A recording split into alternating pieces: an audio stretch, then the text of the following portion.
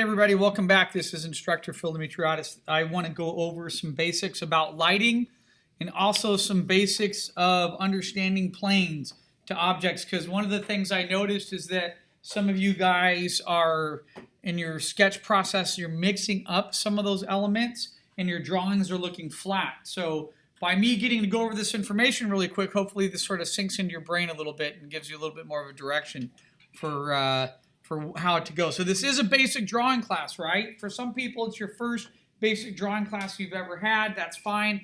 I try to get you guys to focus a little bit more on understanding shape and form, perspective, and having the ability to draw quickly from observation without having to be completely reliant on having to look at something to draw. Okay, so we can look at reference, we rotate things out of our head, and we draw from our imagination quite a bit. When we get to lighting, we have to have these basics, okay? Here's just a really quick breakdown on how light works, and it's actually this simple, okay? One of the reasons why students struggle with lighting is because they understand the principles of light, but they don't know how to apply it into a drawing form. So let's go over what some of those principles are of light. First off, we could go into this really detailed in terms of perspective because we have different types of light that emit different types of rays, they cast different types of shadows. We have artificial light, we have natural light, all these other variants that come into play. Okay, all right, so you know what I just realized? Let me pause for a second, that the recorder's not on. I mean, the recorder's on, but the main projector isn't on. I'm sitting here talking and you guys aren't even looking at anything. So, sorry. So now that the big projector's on, we can all see it. Sorry about that. So let's take a look. Every time you look at anything that's lit, you basically have to tell yourself there's three things that are happening. And if you guys remember, I did that demo of the cube. Remember the cube? And I was talking about the light side and the dark side of where the light's hitting, right? That's all you have to remember in your brain. And what's crazy is when we show you these examples of a sphere sometime, but a sphere is actually one of the harder things to render. And that's why people tend to show the sphere, okay? And the reason why I think it's hard to render is that there's a series of gradations happening in there. There's gradients happening because you have a round surface. What people don't show you is what that sphere might look like as if it had planes on it. And there's a way that we can do that. So watch, if I come over here really quick and I go into Google, what I'm gonna do, I'm gonna type in Maya sphere. Okay, and we'll get to this in just a minute here, by the way, as well. If I can spell sphere, right? There we go, Maya sphere. All right, so if I go to images here, this is what a Maya sphere looks like. Okay, that's it. You see that? It's a piece of geometry. That is really key on understanding part of the principles of basic drawing and how light works, is you have to be able to think of your object as having these multiple planes on them. In fact, I'm going to go ahead and drag that. I'm going to put it on the desktop, and we'll come back to that in just a second, okay? So, as we come back to that, let's take a look at this, okay? You guys probably see these studies. There's tons of these little studies. They're everywhere, okay? Elements of light, what's happening when light's hitting an object. However, what nobody's telling you is you need to think about the object and what are the facial planes on top of the object, okay? That is key. Why is that so important? Because that is going to dictate and indicate how light travels and wraps around an object. There's going to be a difference between the way light interacts with an orange and an apple. And there's also going to be a difference in how light interacts with a cantaloupe. Those are three spherical objects, but part of the difference is the surface content of the object, what that surface content is made of, and how it reacts to the light. So, back to basics here. Number one, you're going to have an indication of the light where it hits at its brightest point. That is your highlight, okay? You're always going to have that. Second thing you're going to have is you're going to have a shadow then. That's the area that's not going to be caught in your light, right? Basics, everyone in here knows that. So we already have light side versus dark side. One of the most important aspects of composition is understanding that there are always opposites in everything that we do, even down to basic drawing. Light side, dark side, right? However, in the middle, so here's light side, here's dark side, something else we're going to have is we're going to have this change. Okay, we're going to have a gradient form. This gradient is going to wrap over the outside of our object, and as we start to go from about right here and wrap this way, Okay, we're going to have a gradient that changes, that wraps around the form of the object. That gradient is really the most important part of your drawing, and I'll cover that in just a minute. We'll talk about that. Why is that so important?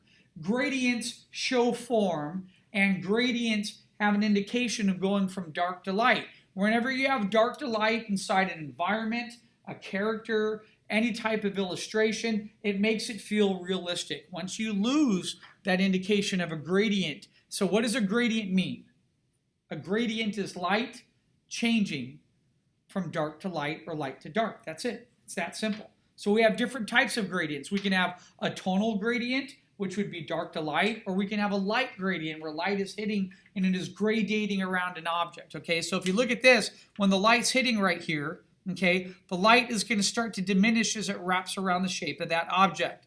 Okay, so let's take a look at this other study. Another very similar study, right? There's your highlight, right? That's where light's hitting at its brightest. Then light breaks down into a, I like to think of this as paint by numbers, right? Number 1 is your highlight. Number 2 is light starting to break down. Number 3 is where light starts to turn into what we call a midtone.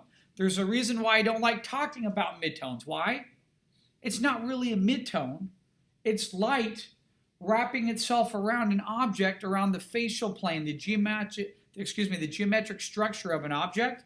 And as the light wraps around it, the light is diminishing. So it's actually a diminishing plane, if that makes sense, right? Because if I were to come over here and change light and have the light come from the other side, it's going to change with that, quote, midtone.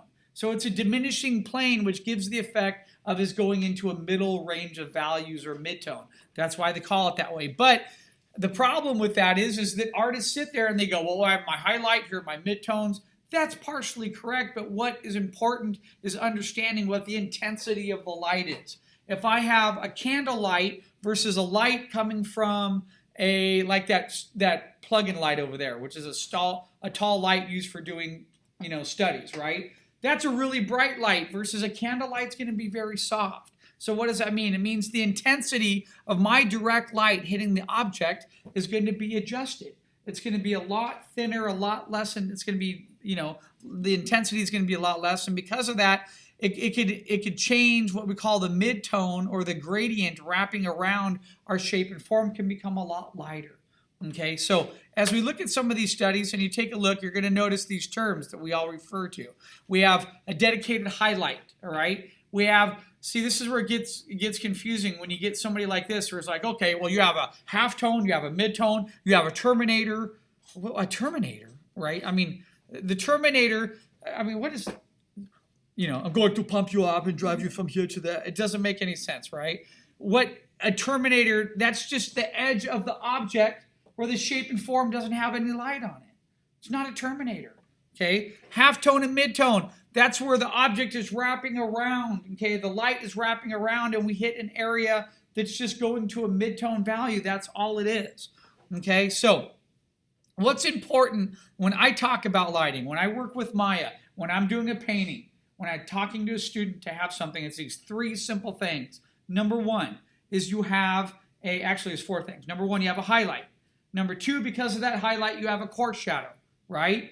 Number 3, you have the light or the shadow going through a gradient form. So we talked about a highlight gradient or a tonal gradient. Here's a tonal gradient right here. Light's casting this way, coming down from the far right, right? The tonal gradient on this is the shadow at its darkest point where there's less light getting in there. And then as this moves away from the object, it's being exposed to more light rays. So that's a tonal gradient. The tonal gradient change of that shadow is that shadow will go from really dark under the base object, and as it recedes itself away from the object, it is going to fade out. Why? Because light is coming through here, and it is causing the shadow to fade out. This is one of the principles in all of light, is understanding that there are gradient changes that are happening with highlights and with tone. Okay, so what's the highlight tonal change? Well, right here, it's really bright, there's the highlight, and then the light starts to wrap over. Now, there are going to be cases where you're not going to see a dedicated terminator line, right? Why? It's dictated on the intensity of the light. Okay, what happens when your light is really soft like this? Okay, when light's really soft like this, you might have a little specular highlight, and then what we call a specular highlight is dictated by the surface of the object. If the object is not reflective like a cantaloupe, you're not going to have a specular highlight. An apple, yes. Why? What's the surface texture of an apple? It's shiny. Depends if it's been polished. Yes, they spray wax on the apples you buy because test prove when you go to buy something, if it's nice and shiny, you want to eat it. Okay? All right. Now, some apples, like Macintosh apples or some green apples, right, don't have that stuff sprayed on it, and it's a little bit more duller of a finish. That's why if this was a painting class, we could sit and spend hours just doing renderings of different types of apples. So we talked about 3 round surfaces earlier. We have an orange.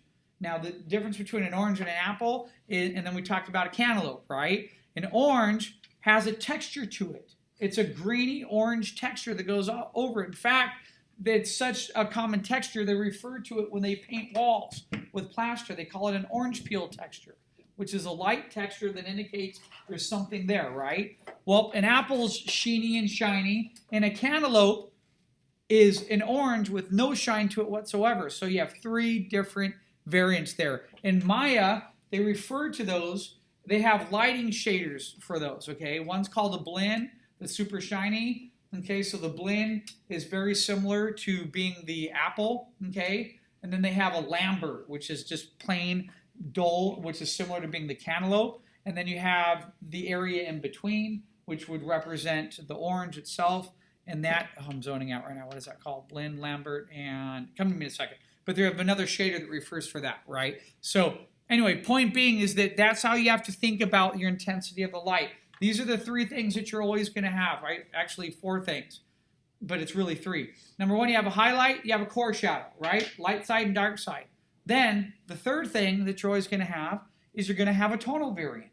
The tonal variant is going to exist in the highlight, and it's also going to exist in the shadow, okay?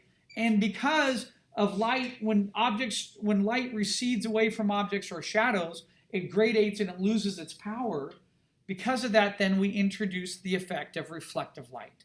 Okay, so what happens is if you look at this right here, we have a core shadow. It might be a little hard to see, but if I zoom in, you're going to notice a little bit of light along this edge. That's because anyone that knows anything about lighting or rendering is light comes down and it bounces back. Light bounces all over the place. And when light bounces off objects, you get what's called reflective light on the back of an object. What does that mean? That means when we are illustrating something or we are thinking about light hitting an object, we're going to have a little bit of that core shadow, or that halftone is going to have a little bit of reflective light coming back on the back side of it. That makes an object feel real. Okay? In the world of Maya, we call that 3-point lighting. Because in Maya, we have to figure that out sort of automatically and sometimes come in and we have to add in that reflective light on our own. So we have a 1 key light source, which is the highlight, right? You get that halftone effect or that gradient of the light wrapping around. You get a core shadow, then you have a little bit of light coming back from the back end. But remember, here's the most common factor always overlooked by every single basic drawing class and program inside the United States, if not the freaking world, that drives me absolutely crazy. Tonal variance. You have a tonal variant of light, of the highlight, and you have a tonal variant of the shadows. Shadows are not pure black. They are dark, and then they gradate out and they get lighter. And highlight variants are pure white at its brightest point, and then as it recedes over and wraps around shape, it gets lighter. That is the secret to understanding how to illustrate and how to draw correctly, is having tonal variance inside your work. Okay, with that said and done, let's jump ahead here. I want to take a look at these basics here. Okay, now, once you get a better understanding of what's happening with a tonal variance, this is where you jump into doing these still life renderings, right? I just found this image online. This guy did it. Travis Price, looks really nice. Nicely done. I don't want to spend a ton of time in this class having to go do all these studies. Why? To me, we'll do a couple studies coming up, but some of this needs to be in your brain. You need to learn it just from observation and looking at things. And here's my thing about drawing, is that a lot of drawing is about the draftsmanship principle. It's about understanding line, shape, and form. If you spend all your time just copying value studies like this, like the majority of all basic drawing classes do. What you do is you end up training yourself on how to become a good copier. And when you're a good copier, you are stuck to and locked in to your image in front of you, which is your observation. Well, what happens when you can't draw from observation? What happens when you're out sketching at target and somebody moves really quick and they're gone and you have to capture that gesture? Well, you have to go back to understanding primitive shapes and form and how they exist in perspective, right? So all the same principles we've been covering in this class. The shapes of form, understanding basic drawing, a horizon line. Remember we had all our core primitive shapes that we talked about, right? All of those elements come back to this. But now as we move into the lighting phase, the one thing that you'll be able to do is you'll be able to create a light coming from a particular direction that you want. And then you should be able to go in and render the basics of your objects, understanding the geometric planal changes of the objects and where the light hits that object. Okay, I think what we might do is after this demo, I'll do a second part to it, and on Wednesday, and I will draw for you leaves or something that has more geometric planes on it, and then I'll go over and start talking about illustrating on top of that and what's happening, okay, in terms of rendering. All right, but I have some great samples for you here. So look, after this is the importance that isn't taught in drawing, is this right here. Okay, it's understanding. Oops, not that. That was the computer wigging out. Let me see if I can zoom in here really quick and zoom down for you. Okay, what you need to know is this right here, right? Not only is the perspective correct, not only are the ellipses and is everything drawn to a horizon line, but look at that banana and look at that apple right there. Now we're talking about geometric facial planes, okay? Ends of the object wrapping over like lines. Remember when I just showed you this a couple minutes ago? This is how I want you guys to think about everything that you're drawing. Because when I'm walking around, this is what I notice that's missing in your drawings, why they feel flat, is you're not thinking about objects having planes. And one of the secrets to drawing is being able to break down the planes, because when you break down the geometric planes of an object, you're also wrapping that object with rubber bands, meaning you're showing the shape and the form, right? So here, if you come into this, before you go in and spend hours rendering, what you have to understand is that banana is not round, but it has a front plane and a side plane, just like this banana does. In fact, if you look at bananas, the circumference of the banana is generated by the thickness of the peel. So the peel's about 1 inch, and then the inch tapers off to the end of the banana and to the sprout end of the banana that you peel open, right? So if you look at this part of this banana, you have 1, 2, 3, 4 different planes existing in there. Do you see that? You have to be able to wrap a little bit of a line over that to show its form. The importance of understanding that and understanding that this apple has a top plane, a second plane, and a lower plane. The importance of that is because then when we move into this and then you move into rendering, this is going to make your rendering look correct. It's going to make it look like it is working. Does that make sense? Okay. Without what's up above, you can never get to this right here. Now, I could set up a still life in here that we don't touch, and we could spend the next 2 weeks rendering this out. Here's my problem with doing that. Great. You learned how to copy like a master. But it didn't teach you anything about drawing and rotating shape and understanding form. And in order to really learn how to draw correctly, you have to be able to draw quickly and efficiently, and you have to understand shape and form and geometric planes that exist on objects. Because then when you get to lighting, you get to dictate what's going to happen. And hold on, don't go anywhere yet, right? You know why? This is just the beginning. All this applies to everything else, okay? And it never changes. If you can go through this and start wrapping your objects. So one of the things I noticed is that some of you guys in class were going through and you are just picking like leaves of plants and you're just drawing the outside of the leaf, then you're going in and putting light. But you're not thinking about the angles of that leaf. I drew that a little bit at the last class. I talked about that. You need to think about the angled planes that are happening. So what I want you to do is every other drawing that you do from this point, is I want you to go through and I want you to think about your object having numerous planes on top of it. When your object has numerous planes on top of it, you will get a rough drawing like we see up here in the upper right-hand corner, right? You'll get this type of rough drawing. So now we can point at this and I could say, Dennis, where's the highlight? And he could go, there's the highlight, right? And I can say, Dennis, where's the coarse shadow? There's the coarse shadow. Where's the shadow of the object? You see it happening in there, right? Where's the reflective light? This is the part where light's coming down. How do you know where light's coming from? Well, the shadow indicates that to us, and the highlight. So now I can look at this and say, well, if light's coming down here, Phil said we're going to have something else that everybody else in the world forgets, that no one teaches inside basic drawing anymore. What are those? What's that thing called? You guys are scaring me. Come on, speak up. Tonal variance. You're going to have highlight variance and shadow variance. Tonal variance. So where's the variant happening from here? If that's the brightest point where it separates into here and then gets a little darker into here and into there, we're going from 1, pure bright white, to like 2 to 3 or 4 to a 5, 6. You see that? Indicating the planes wrapping through. The only difference is after you do that, you can come back in, excuse me, and you can smudge that a little bit. And then when you smudge it a little bit and put a little bit more time, you end up with this. You end up with this full rendered object. The problem is everybody wants to skip this step right here. They don't want to think about things being in planes because that's boring and you feel like you're a robot. But that's not the case.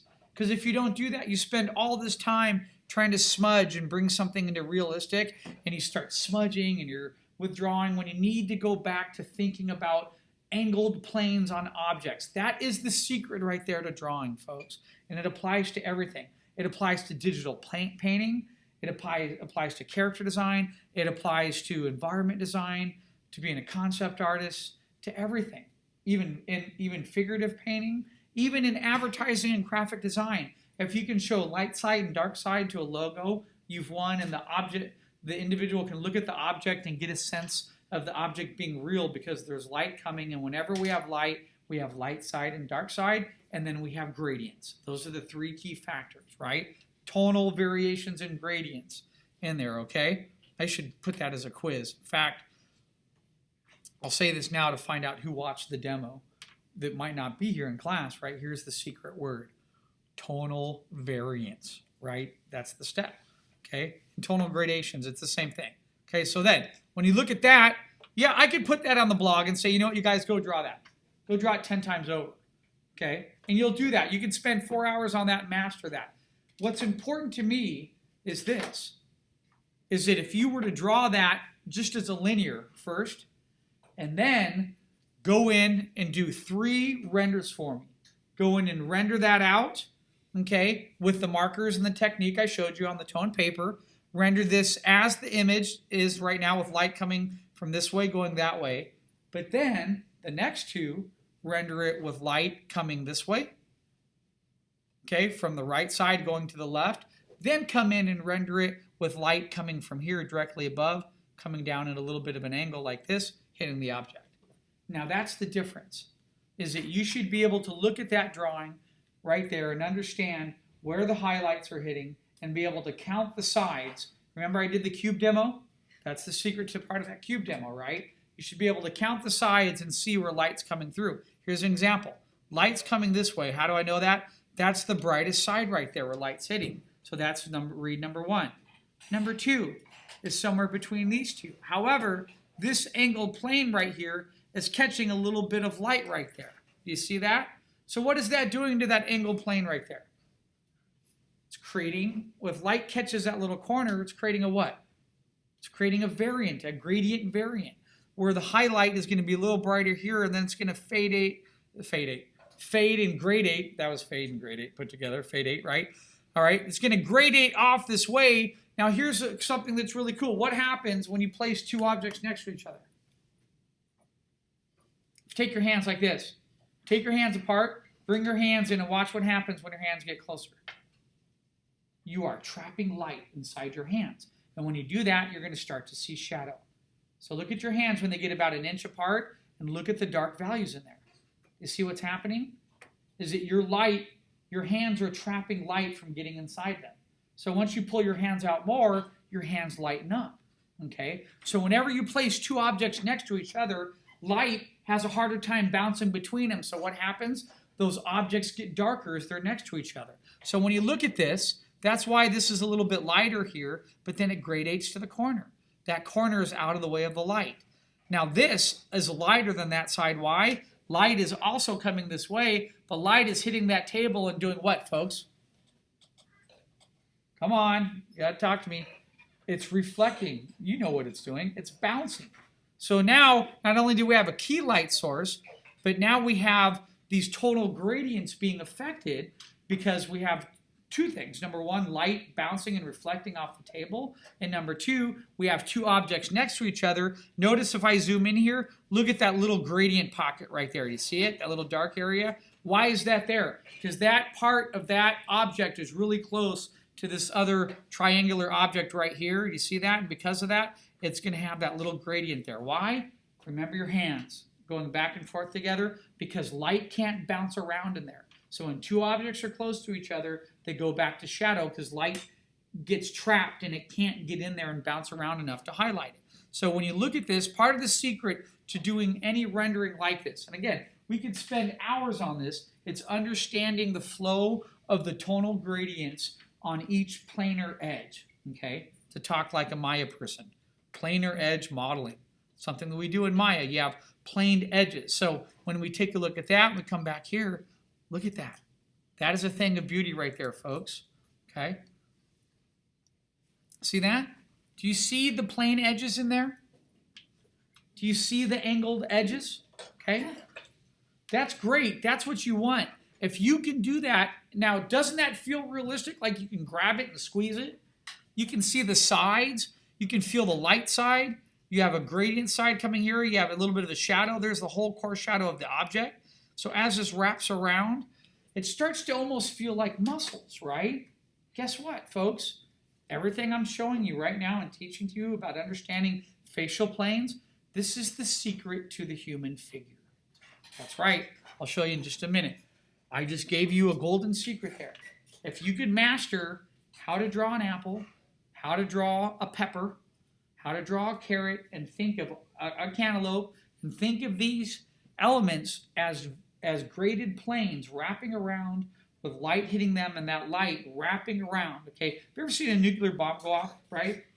At its center, it's at its brightest, right? And then all that power and all that energy gets distributed, and as that energy goes out and fades from the circle, what happens? It loses its power, okay?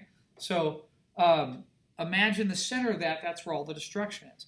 And then as the wind and the radiation and the heat goes, it goes through different phases as it gets further away out from the center. Now that's what's really cool, because in nature, that is understanding the principles of using circles. And nature uses circles for everything. It uses circles for growth, for cells. If you look at our planet, it's round. If you look at water, it's round. Snowflakes, blood vessels, everything is round. Our heart is round. Part of our whole body system is based off of a round structure, right? We live in a solar system that's round, which is part of a universe that's round. Everything is based off of a circle. Well, guess what? So is light.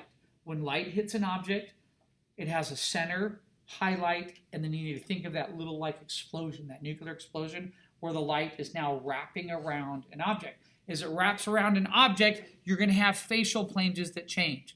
So this is going to be the brightest plane. This will be secondary. Why? It's further away from here, right? And as it recedes around, that's how we get these other areas to pop out. And then if we spend more time and we start to blend those, and you can see the samples here, going from here to here to here, we end up this as a final result, okay? Because now we also have to do one thing that he didn't do before. I'm not asking you to go to this level. I'll talk about it, and I'll tell you what's happening. I'm asking you to do this right here. I want you to draw and think about the angular planes of objects. So instead of drawing a leaf, like an organic leaf, I want you to draw the leaf with a series of planes. And don't get in there and draw like 150,000 planes and edges. Just make it simple. Break it down to little inch segments of that leaf wrapping down. Then light it with light, and remember what I mentioned about that nuclear explosion, right? Light's going to hit one area of that leaf, and then it's going to do what? The light and the shadows. There's going to be tonal gradients and variations happening, right? So now, what's happening down here that I just mentioned, you know what's happening there that changes that object? Is that eventually you have to take your render to the point where you have to consider the local value of a particular color. So what does that mean?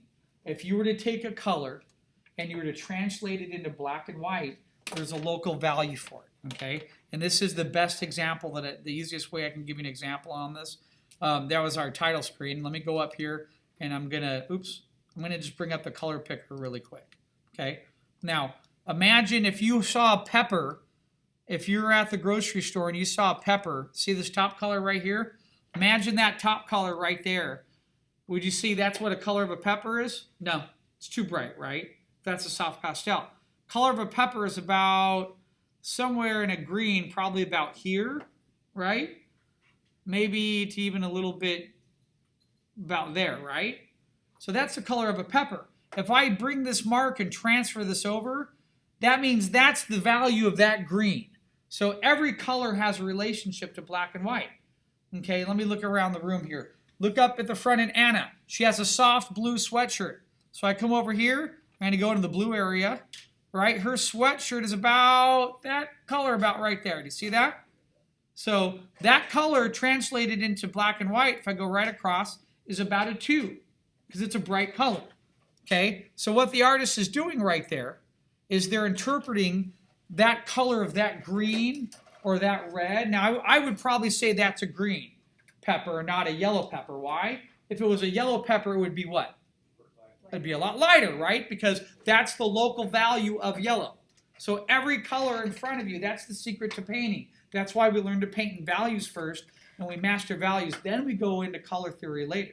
Okay? Does that make sense? So if you're looking at that, I can tell you right now, that's one of 2 colors.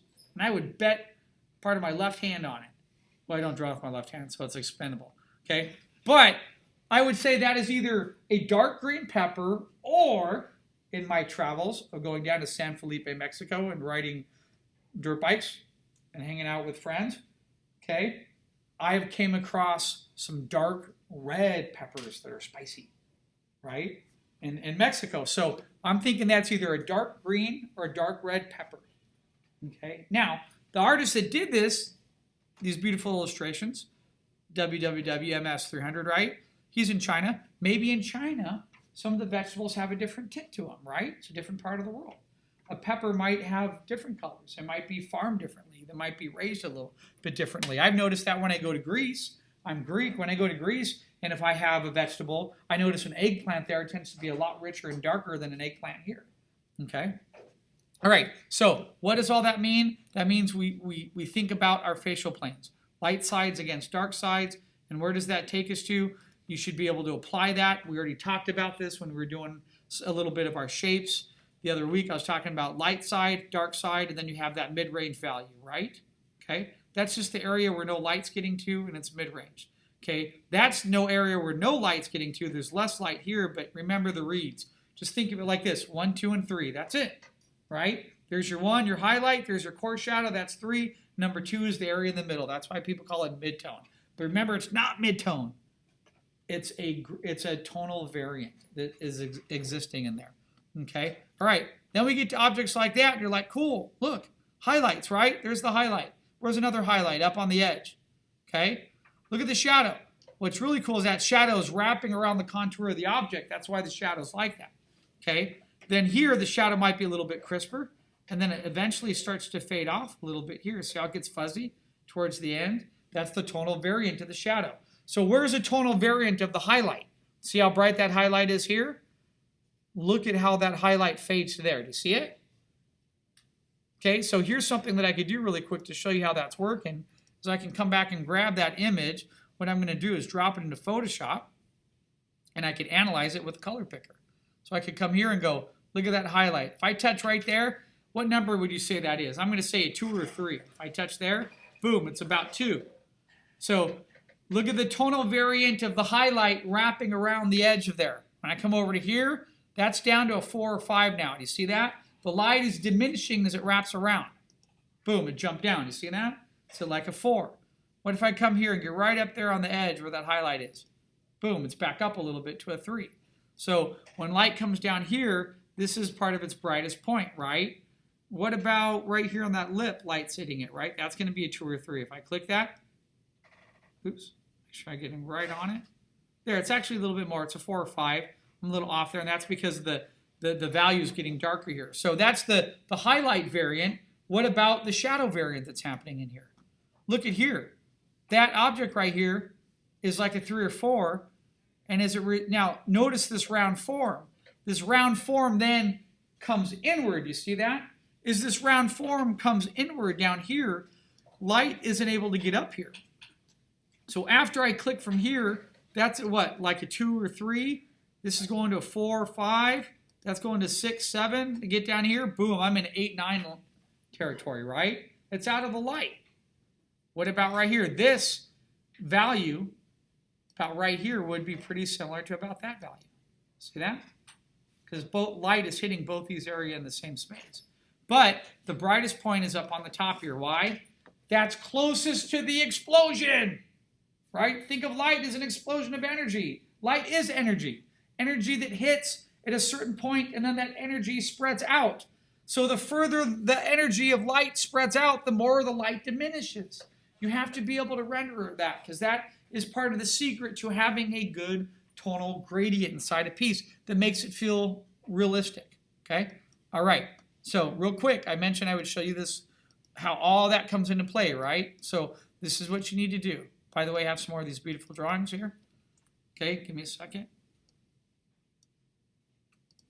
This is how I want you to think about everything that you draw from now on.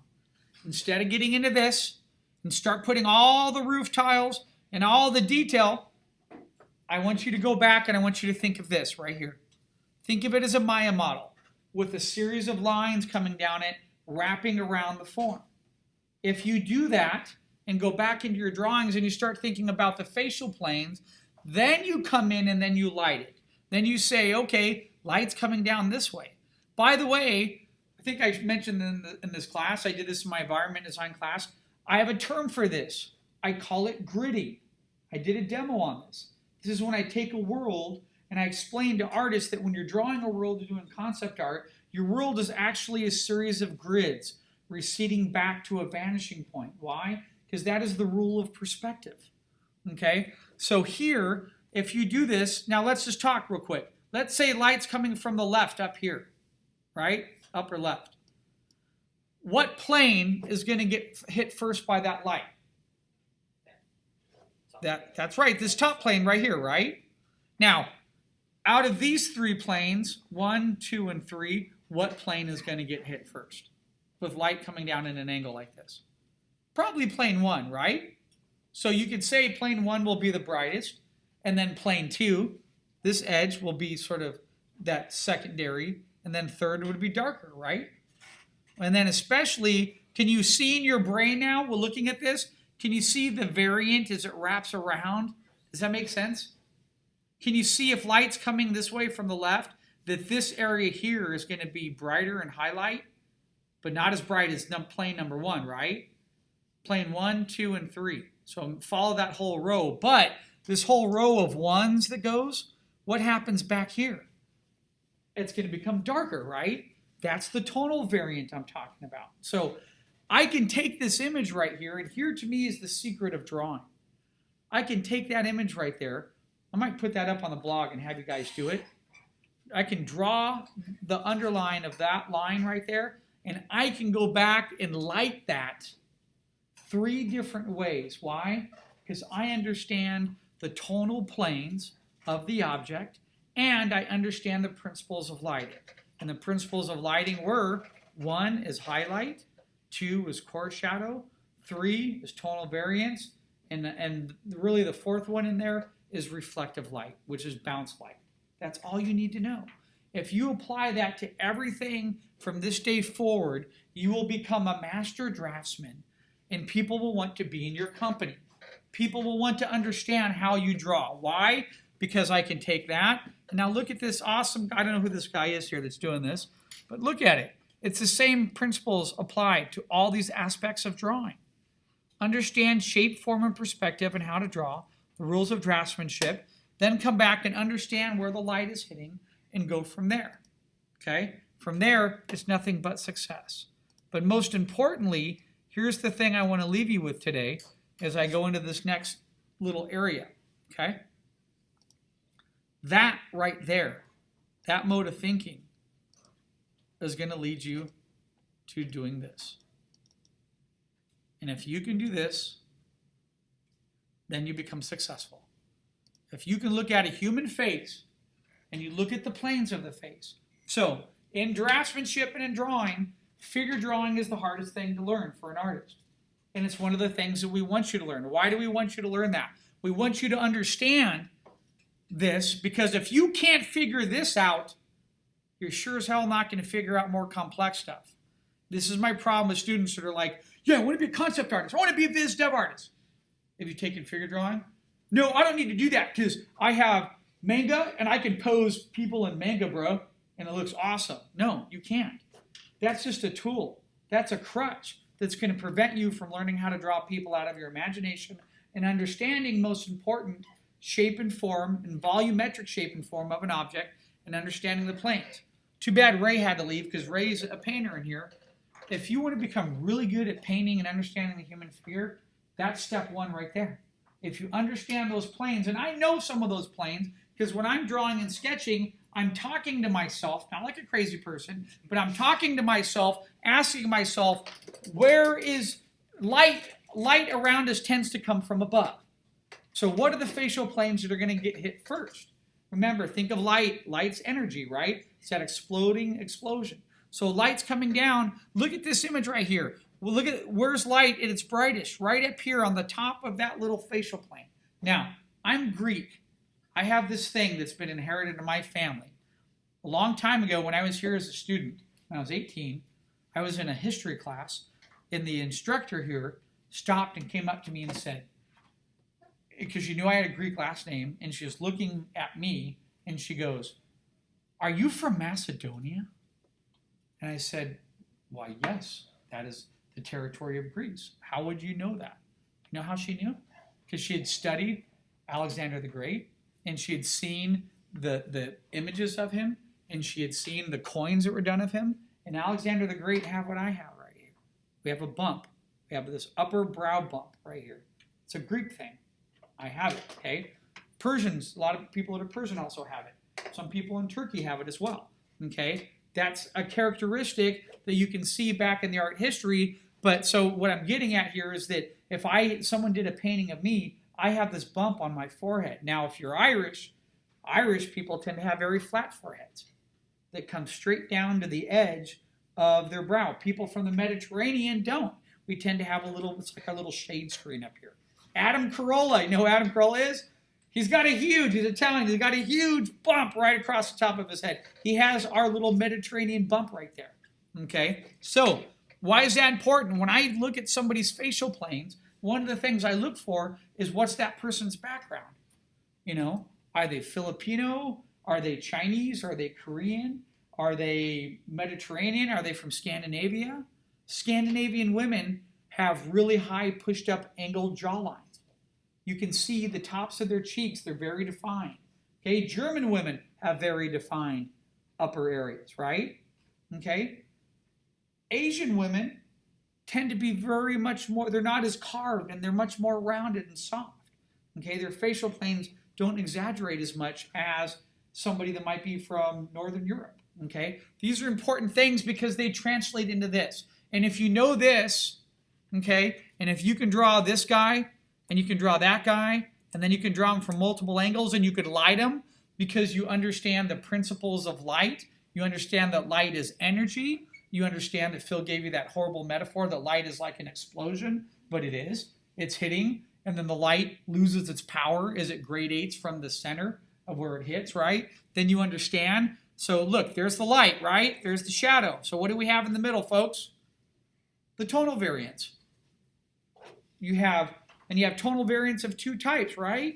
We have the highlight tonal variance of light degrading, going through degradation, and then we have the shadow variance where shadow is going to come from here and go towards the light and gradate, and then shadow is also going to pull away and gradate. Look at how, if I were to say, where's the darkest point right now on that face with that light source? There's two spots there that are really dark. One is right here under the neck. The second one is right inside the eyes right here, under the bridge of the eye. That's important. So whenever I'm sketching a character, I know the eyes do this. The eyes come down and they have an upper plane, and they curve inward because there's a socket, and then inside that socket right here as I point, so I look like a crazy person pointing in my eyes right here, this area is dark. It's always going to be dark on people because light tends to come from above. And even if a model is being lit in figure drawing and the light's coming from the side, you have to, this is the secret to figure drawing, is you have to be able to break down and understand what are the facial planes. So once you master this, by the way, and you get that under your belt, the next thing then is being able to apply that to the entire human figure. And voila. Once you do that, okay, that's the secret right there to drawing. Okay? Is if you can look at a human figure and you can understand. Now, in a couple of my classes, those that have me, for example, in environment design and some other classes with character design, we talk about this topic called pushing and pulling of shape and value. Pushing and pulling. So how do we push something down? We darken it. How do we pull something forward? We lighten it, right? This is a pectoralis muscle right here. Technically, it's in two planes depending on the anatomy of the person, right? So one plane is where the pec starts to come out. That's going to catch more light. But these planes underneath here are the shadow side, right? So I'm going to have a shadow there. Then I'm going to have the secondary plane right here. Okay, we can't see this here, but this muscle right here is called the deltoid. The deltoid has 3 tiers to it. In the 3 tiers, there's a middle point. If you go like this, put your finger right here on the top. If you follow your scapula right to where it ends at your shoulder, that's the midpoint. And if you raise your arm up like this, you can feel the 3 tiers. So your muscle goes into 3 tiers right now. It's the 3 tiers of that upper deltoid right there, right? So if I'm drawing a human being and sketching somebody, I don't have to go back and get all confused. All I have to ask myself is, I know where the bony landmarks are, which, by the way, this is a bony landmark. This whole area right here, that's your clavicle right here that comes over and it connects and ends right there. See that? That's a bony landmark. So right here, if you tap right here on your chest, that's a bony landmark. And that goes down to the base of your sternum right there, right? That's a landmark. That's where muscles and stuff come together.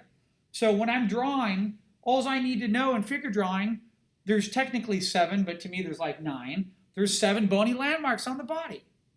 And you can even think about them right now. You can even point to them. So once I know those bony landmarks, then I go back to the muscles. I think of the muscles as planes.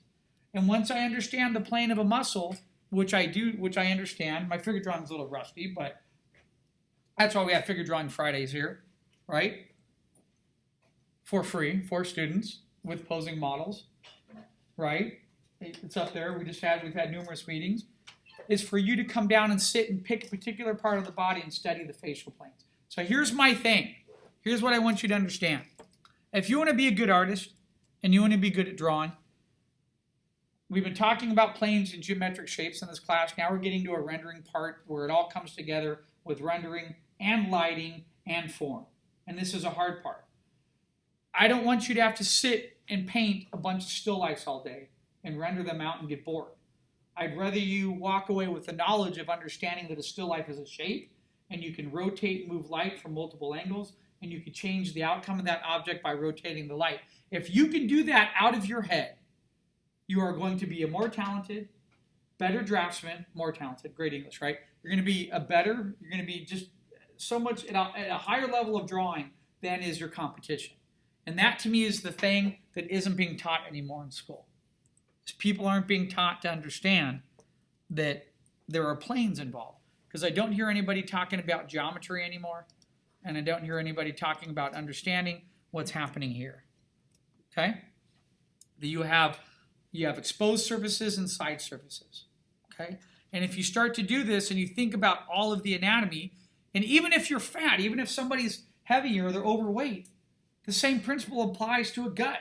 You have a belly on an object. That's why I love, one of the harder things to do is in figure drawing is to draw a model that's all tone. Because then you have to really know the anatomy, where it is and where part of the insertion points are, right? But when somebody's a little rounder, you don't have to know all this inside data and information in here, right? But you just think of then the belly as one big round lump, right? But there's still a light side, a dark side, and transitions happening on there, right? And it's the same thing when you start, if I zoom into this a little bit more, oops, and you start looking at the back. Look at that. Remember that point? I told you to raise your arm, put your finger in there. That's the back view. See that? That's the part of the back deltoid right there. You have one tier there, another one in the middle, and then another one on the front right here. Your deltoids are really important. They involve everything with pushing and your ability to move your arms and control everything you're doing. They're a stationary point for how our bodies work. Okay? So, 3 steps. If you can master fruit, right, and apples, and you understand planes, and then you can start transitioning into more complex objects. Here, I hate to say it like this, 4 steps. Number 1, simple geometric fruits, apples, cantaloupes, things that are round, peppers, right? Second thing, that's where we start to move into more complex shapes. That's where we're looking at tanks, vehicles, airplanes, you name it. Something that has multiple facades to them. Now, a pencil sharpener is a cube. It has 4 sides. But a opened pen bag now has multiple facades in it, right? See what I'm getting at here? We start a stereo speaker with some type of plastic imprint on the outside of it, right? So, and then the next after that's the human face. I can draw the human face out of my head because I was trained to do that by one of my old instructors, Don Lagerberg, who taught us before we went into drawing, which, by the way, had Justin Sweet and I had classes together, right here. We learned a lot of this from Marshall, and then we learned it again from Don Lagerberg over there. That's how I learned how to draw hands. I can draw hands from any position out of my head. Why? Because I think of them as blocks and as mittens. And then I think about the angle the block is coming towards me, and I break it into basics. Okay? All right? So, before I leave and finish this lecture for you guys, I want you to go back to some of these basics here. I want you to realize that you have these transitions that can happen. That if you take something from simple shape, you go into more complex objects like this, and then you start transitioning into like the human face and understanding these planes. Everything from here, sorry, let me do it all one time here. Everything from there to here, just put them all in like one big collage of what we're talking about, right? So we have this guy right here. We have that right there. Do you want to be an awesome artist? To me, being an artist isn't all about the subject matter. It's not about necessarily if you want to be a concept artist, you want to be a product designer. It all comes back to the basics of can you draw? And that's what these principles are. And then not only can you draw, the next phase then is understanding rendering. And what are the different values and the different surface textures of objects. Then after that, then we get into the next thing, which is more important, which is design. It's a whole other category in itself. Do you have the ability to design? What do bad designs look like? What do good designs look like? Right? That's a whole other category in itself. But back to this stuff. You get that, you get that. Sorry, some of those are open. Let me close that. Let me give one last image here. Sort of cap everything off, right? You have that. You have this in here. So if I close this and we look at all these images right here, this is the importance of why you guys have to learn to master this stuff. This is the progression of your life right here. There's your life journey. That's 4 years of art school right there, and I'm wrapping it up into one 30-minute lecture for you. Okay? If you can think about objects existing in geometric planes, and you can copy and draw those geometric planes, you can then, out of your head, be able to light those geometric planes from any position that you want. And that right there is going to make you a force to be reckoned with when it comes to drawing. Okay? Any questions? All right, cool. So as you leave, when you go back and I see more leaves of plants, actually here, give me a second here, let me close these. I did open up. This is how I want you guys to start drawing for this next week. I'm going to put up that image, by the way, the other image that I had here. I'll put this up on the blog. This to me explains everything. That is a very, very important image right there. Is you have to be able to think of your objects in those dimensionalities. Okay, so you know, it's funny because I went home and I'm trying to think like, man, how do I get my students to draw better? What do I need to do? And I realized some of you guys are getting lost. And this is what I noticed, is people were coming in and they're like this. They're drawing a leaf. And you know what? That's probably my fault because this is how I draw and you guys watch me do a demo. The thing is that I've already been ingrained in my head. I'm thinking of this like this. I'm thinking of this in a linear fashion like this. Does that make sense?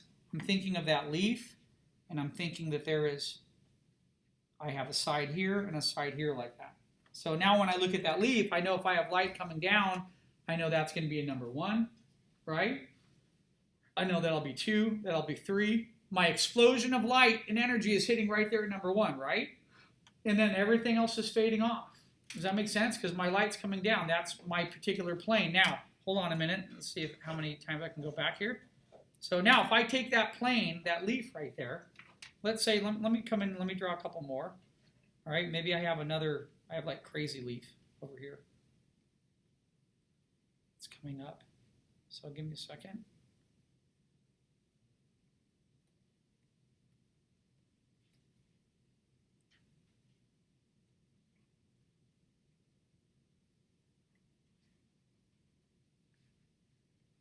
So that dips.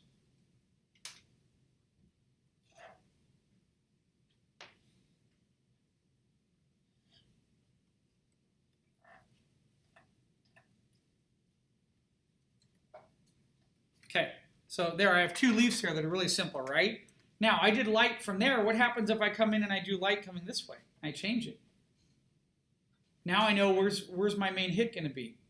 My main read will be like right there, boom, number 1. So light's coming in this way, right?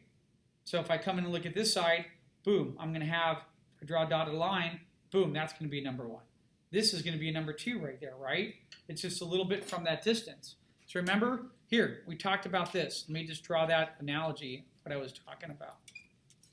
If I'm looking down on a grid plane in perspective, and light is hitting right here, that's our nuclear blast, right? And then everything from here gradates out in a circle. Well, that's just the same principle of light and energy. So if light is emitting this way, okay, any object in my little bullseye here of number 1 is going to be the brightest. Anything here will be 2, that'll be 3, and so on as I recede out. So if I come up here, number 1 is going to be the brightest in my little bullseye, right? Number 2 will be bright, but then what happens down here? That's going to start to fade a little bit. Why? It's wrapping around a corner. And then what happens when I come up through part of here? All this little area in here on the leaf. That little area in here now, that's going to be a tonal gradient, right? So here, what are the things that we talked about really quick? Phil mentioned that everything that we look at is going to have what? A highlight. Okay? We had a couple other steps in there. Okay? Step number 1, everything has a highlight. Step number 2, okay, we know that everything then, because it has a highlight, the opposite of that is a shadow. Step number 3 is going to be the tonal gradients. Okay? And what's the other word that we use? Variations. So the tonal gradients and variation would be now if this is here, then back here I know I'm going to have shadow back here, right? Because that part is being covered by the leaf. So it's going to be darker back here. So as light is hitting here, it's going to gradate here from a 2 to a 3 to maybe a 4 to maybe a 6 along that leaf as it goes back. Because I have all these different facial planes here, here, and here. That's how you need to think of your objects. That'll help you with your rendering. So if I have more white here, I want it to dissipate and dissipate as it rolls back. This is an area of shadow. So this tree overlaps. If I draw a line, light's coming this way. I draw a line here. Most of this then right here might what? It might all be in shadow, right? Because the leaf is overhanging it. But then this might not, blah, blah, blah, I can't talk. This might now become the secondary area that's a little bit lighter. Because it's the backside of that, right? Number 4 then was what? Bounce light, also known as reflecting light. All right? So now I have bounce light coming in. So that's, if this light's coming this way, it's going to come in, I'm going to have light that's going to hit this right here, and that light's going to bounce right there, right? So that means if this is a little bit darker, this here area in here is going to have to fade off. That's a tonal gradient now, right? So I'm going to have a total gradient here going from dark, and as that fades off, it's going to get a little bit lighter. So I'm doing this linearly. I'm drawing for you. I'm going to take my eraser here in Sketchbook Pro, and it allows me to softly erase. So I'm going to come in here and start to erase some of that line down a little bit like that, right? So I'm going to have a total variant in there happening, okay? So now I could come in here. If this is number 1, I'm going to put just a couple lines on here. That might be number 2. Some of this might be starting to go back a little bit more here. Then I'm going to put a little bit more line coming across part of this because it's getting darker, right? Now I might accentuate a couple of lines going across. I'm going to darken up the back a little bit more, right? And then I might have just one or two in here. Now I can come in here if I want. I could throw a little bit of a contour line to indicate what the body's doing, right? Just a little bit in there. And then I could just sort of come in here. I might darken a little bit of a tip in there. And there, I can leave it alone. That's going to start to feel like a leaf because I'm applying the basics here of what's happening in lighting, right? So then I can come back here. Light's still coming in this way, right? So I know number one's going to be the brighter. Look, technically, if light's coming right in here, I might even have what? I might even have a little shadow in here of that. Now, where's my shadow going to be darker at? Coming in the bend here. Remember when things are closer? So as that bend comes up here, I might have a shadow that then fades up here and gets a little bit lighter. So as I get closer to the shadow, it might be a little bit darker. And then this might be a little lighter. And then I get up here. That's like a 2 or 3. Then I get here. It's going to start to get a little bit darker, right? And then I come down here, and this whole leaf is covering all this. So all this is going to be very dark. And then it's going to be a tonal gradient. As it's dark here, what happens? That gradient is going to what? It's going to fade off. It's going to dull itself down. The other side might be a little bit lighter. Okay? Now I start to get something that starts to make sense a little bit. And I just did that really quick to show you what was happening. Okay? You also have the ability in your, while you guys are sketching with your pens, sometimes I do this in my sketchbook, you can lick your finger a little bit, or they sell a little pen like this. It's a water pen, you see that? It's like a marker, but it's a water tip. It's just normal water in there. And I could take that and I could come along and I could, now I can try to do it in Sketchbook Pro, because Sketchbook Pro has smudge brushes. Actually, oops, I'm not sure if this version has it in there. The version upstairs doesn't. Let me see if I could find it really quick. Smudge, water, oh, there it is. Here's smudge. Here, let me grab a smudge brush real quick and see if I can turn it down. And then let me close this. All right. So imagine if I, now that's a heavy smudge. All right. So I don't want it to be, hold on, I need that other window, that other adjuster. Hold on. Oh, that's color. Give me 1 second here. I'm trying to find it. There's the other little tool. I don't see it though. It's my toolbox here. We have a gradient control that allows me to lightly smudge. That was in there. That's pencil. Nope. That's the change of the markers. Here it's under here. Then it's under image, window, toolbar, lagoon, color puck. There it is. So this color puck is shouldn't allow me to bring down some of the intensity. Sorry, it's turning into a big hassle now. If I double click the brush there, I can get down there, the strength. See, I can bring that strength down. That's what I wanted really quick. Okay, so I have that strength down. I can bring that over here. Let me close this. See now, flow. Size a little bit larger. There we go. There, see that? So that's what you can do with your markers. See, and this is where you start to turn your rendering into something that feels realistic. I'm getting those total gradients in there. I'm just doing it digitally as a demo really quick. I'm smudging some of this information for you, right? But you see what I'm getting at here in your sketchbook by thinking of things in planes and then going in there and smudging with either your finger or your whatever. It allows you to get those little gradients in there. So this is what I'm going to update the blog for the stuff I'm going to let you draw some of your own things, but I want you to think about things in planes, and I want you to draw and think about everything like this. I'm going to post this up. I want you to go back to this basic phase, and please consider all of your objects to exist like this. I'm going to put this up on the blog. I want you to think about your elements like this, because now when you go to light them, it should make sense, right? We were doing sort of Phil's paint by, call it paint by number with energy of light, right? Because we talked about light. Light is energy. So when it hits something, it's sort of exploding and it's spreading around an object. All right? Okay, thanks, guys. And we'll hopefully this week we'll do the 5 other pages, and then I want you guys to start applying this technique into your drawings, okay? Because some of you, your drawings went flat very quickly, and they went flat because you outlined only, and your lines got too thick, and when lines get too bold, they kill something, okay? All right, don't forget, if you look up on the blog, I just mentioned a couple steps to do as well. Here, let me bring that up really fast. So if we go up to the class blog here, I think it's right here. 1 second, let's say view blog. I just put a post up here to remind you in sketching these steps. Number 1, we want to undersketch, right? Undersketch with a marker. This helps add base foundation and add structure and form. Number 2, the line weight, our contour line with thick and thin edges is important. Avoid solid bold lines. Number 3, highlights. Okay, many of your highlights aren't even there. Some of you are just outlining elements, getting them to pop. You need to also go in and put highlights on objects. Okay. Number 4 was contrast. Some of you had areas of shadow with no light on it. There's no contrast. It doesn't pop. Okay. Number 6, lost and found edges. Number 5 was form.